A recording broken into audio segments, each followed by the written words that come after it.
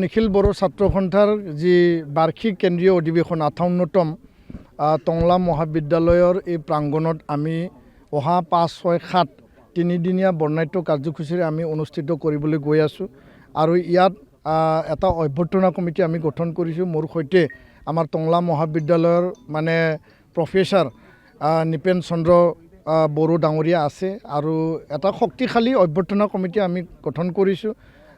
আগন্তুক 1 মাহত সকলো যিখিনি আমাৰ কাৰ্যসূচী যিখিনি আমি ৰাখিছোঁ সেইটো সুকলমে যাতে হয়, আমি সকলো ৰাইজৰ ভাষা ভাষী লোকৰ সকলো জাতি জনগোষ্ঠীৰ আমি সহায় সহযোগিতা আমি বিচাৰিছোঁ।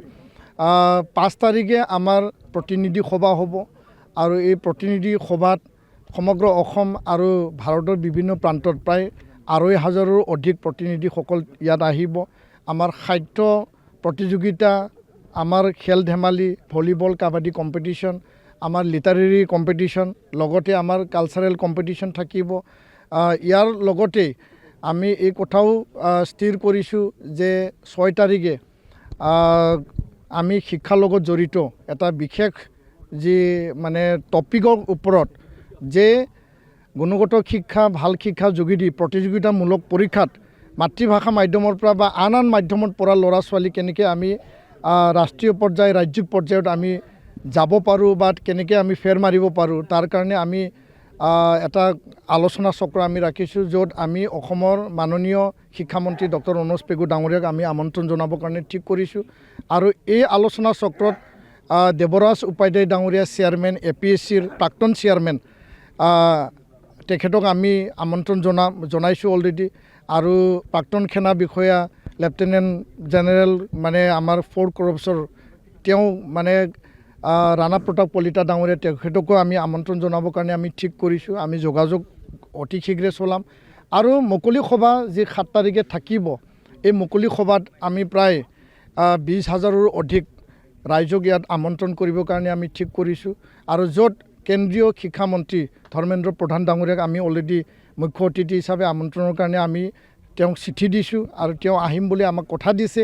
আৰু যিহেতু নিখিল বড়ো ছাত্ৰ সন্থা এটা ৰাজনীতিক বিষয়, ৰাজনীতিক ইছ্যু সমস্যাক লৈ পেলাই আমি কাম কৰি আছোঁ, শিক্ষাৰ লগত যিবিলাক জড়িত বিষয় ইছ্যুবিলাক লৈ পেলাই কাম কৰি আছোঁ।